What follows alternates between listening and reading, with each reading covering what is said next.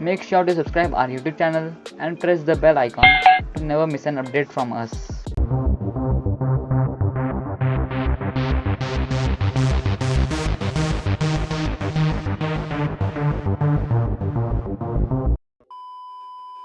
दोस्तों, हम सभी ने कभी न कभी ये तो ज़रूर सोचा होगा, क्या ₹1 की वैल्यू $1 के बराबर हो सकता है? तो चलिए आज की इस वीडियो में हम जानेंगे, अगर रातों रात ₹1 की वैल्यू $1 के बराबर हो जाए तो इसका हमारे प्यारे भारत और इंटरनेशनली क्या इम्पैक्ट होगा। So not wasting more time, let's get started. But before let's move to our introduction. Hello friends, मेरा नाम है Rahul and you are watching stock to the stock. मैंने इस चैनल के रिगार्डिंग एक ब्लॉग भी लिखा है, तो अगर आप इसे पढ़ना चाहते हैं तो डिस्क्रिप्शन में लिंक है, आप उसे चेकआउट कीजिए।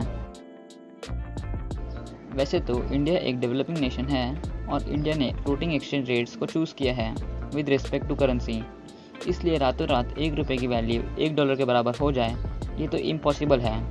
इसलिए हम चलेंगे हाइपोथेटिकल सिनेरियो में, जहां आप सुबह उठते हो और आपको पता चलता है ₹1 $1 के बराबर हो चुकी है। So firstly let me clear you all, अगर एक कंट्री की करेंसी की वैल्यू दूसरी कंट्री की करेंसी से हाई है तो ज़रूरी नहीं उसका इकोनॉमी भी हाई होगा। Let's take an example. Japan की करेंसी बांग्लादेश की करेंसी से छोटी है, क्योंकि एक बांग्लादेशी टाका इक्वल्स टू 1.31 जापानीज येन होता है। अब मुझे बताने की ज़रूरत नहीं है कौन सा कंट्री ज़्यादा डेवलप्ड है। ये है जापान का कैपिटल एंड ये है बांग्लादेश का capital. Let's keep this aside and coming back to our topic. तो पहला इम्पैक्ट होगा इंपोर्ट्स पर, अगर ₹1 की वैल्यू $1 के बराबर हो जाए। इंडिया के लिए इंटरनेशनल मार्केट से गुड्स खरीदना चीपर हो जाएगा। इंडिया और भी ज़्यादा गुड्स खरीद पाएगा with same amount. International products इतना चीप हो जाएंगे कि आज जिस भी प्रोडक्ट के लिए हम ₹75 देते हैं वो ₹1 में मिलेंगे। Sounds wonderful right. सेकंड है लग्जरियस गुड्स एंड सर्विसेज। आज के समय जो भी आपके लिए लग्जरी है वो वैसा नहीं रहेगा। जैसे टेस्ला मॉडल एस कार की प्राइस $72,990 है, अगर इसे आज के इंडियन रुपीज़ में कन्वर्ट करें तो 54,40,000 होता है। बट ये हमें ₹1 इक्वल्स टू $1 के सिनेरियो में ₹72,990 में ही मिलेंगे। Isn't that amazing? IPhone lovers के लिए तो जैसे सारे सपने साकार होने जैसे हैं, क्योंकि iPhone 12 Pro जिसका प्राइस $1,091 है वो इंडिया में भी वही सेम प्राइस में मिलेंगे। Imagine iPhone 12 Pro only in ₹1,091।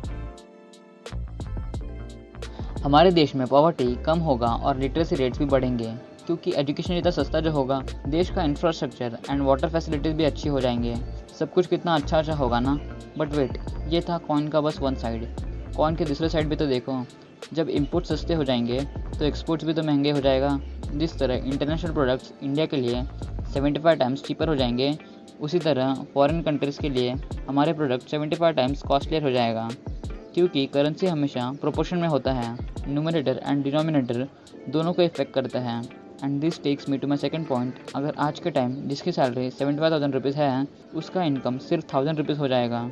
India पूरे वर्ल्ड में चीप लेबर के लिए जाना जाता है, पर क्या वो अब रहेगा?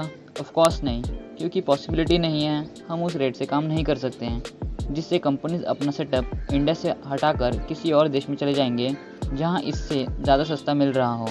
जो डोमेस्टिक कंपनीज हैं वो एक तो इंडिया से शिफ्ट हो जाएंगे या बंद हो जाएंगे, जिससे सिर्फ अनएम्प्लॉयमेंट ही बढ़ेगा।